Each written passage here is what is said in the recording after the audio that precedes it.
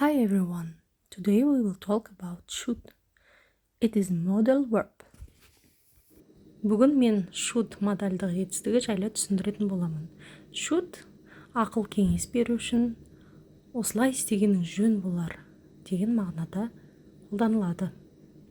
Сіздермен әдеттегідей түп нұсқаны талқылайтын боламыз. Should. Uses of should, advice or suggestion. Ақыл кеңес немесе ұсыныс жасаған кезде қолданыламыз.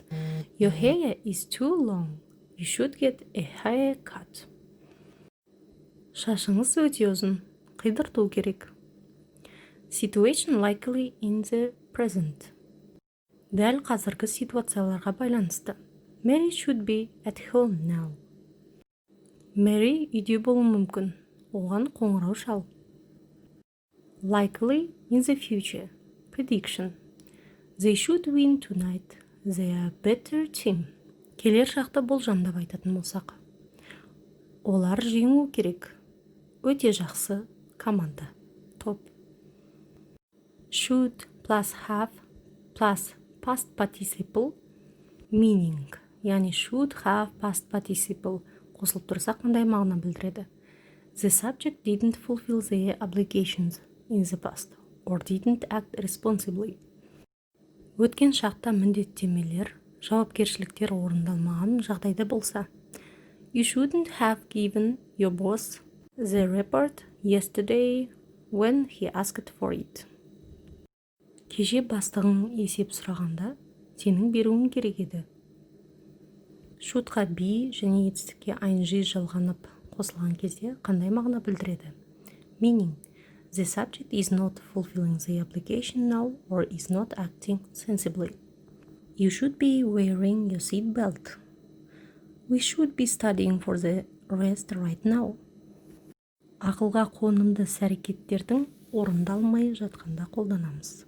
Яғни кеңес беру ретінде де. Қауіпсіздік белбеуін тағып отыруың керек еді. Should to және ought to-дің айырмашылығы. Should can be replaced by ought to without a change in meaning. Сөйлемнің мән мағынасын ауыстырмай-ақ қолдануға болады. Екеуінде.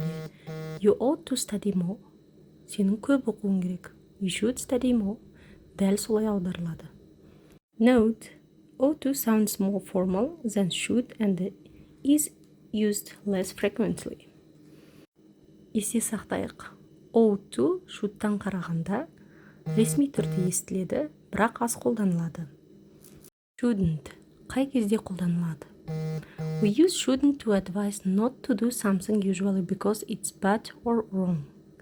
Бір іс-әрекеттің жаман немесе қауіп-қатерге әкелетін іс-әрекеттер болып жатса, біз оны орындамауға шақырамыз, кеңес береміз. You shouldn't throw your letter onto the street. Қоқысты көшеге лақтырма.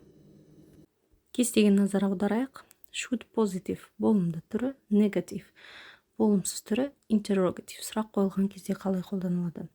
Яғни бастауыш және модальдық етістік және жай етістіктерді қоя бересіздер.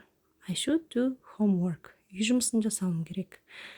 I shouldn't do homework. Үй жұмысын жасамауым керек. Should I do homework? Үй жұмысын жасауым керек пе? Қорытындылай келе.